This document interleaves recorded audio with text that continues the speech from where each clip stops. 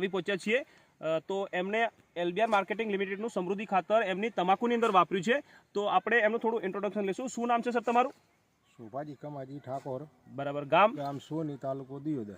સરસ, very good. તો તમે અહીંયા ખેતર છે એ સીધી જમીન રાખેલી છે, ઉધડ રાખેલી છે. સરસ, વેરી ગુડ. તો તમે તમારા તમાકુની અંદર અમારું એલબીઆરનું સમૃદ્ધિ ખાતર વાપર્યું, તો વાપર્યું નહોતું એના પહેલા તમારા તમાકુ કેવી હતી? મતલબ એના પછી કોકડવાની અસર હતી અને થોડા પીળાશ હતા.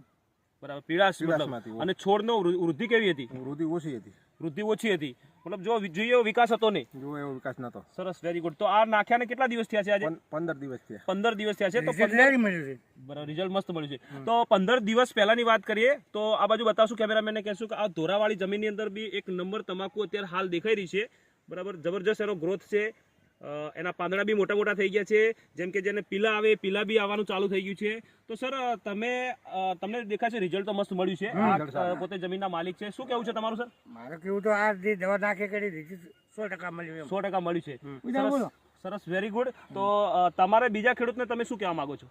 અરે આ એલબીઆર નું જે હ્યુમિક આવે છે એ સારું, રિઝલ્ટ સારું છે, એને વાપરવા યોગ્ય છે.